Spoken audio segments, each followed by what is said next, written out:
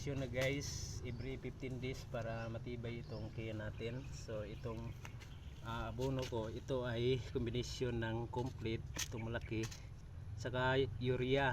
So dalawang dakot ng urea at isang dakot ng complete mixture yun guys. Ihalo mo lang, tapos ibudbud mo lang dito.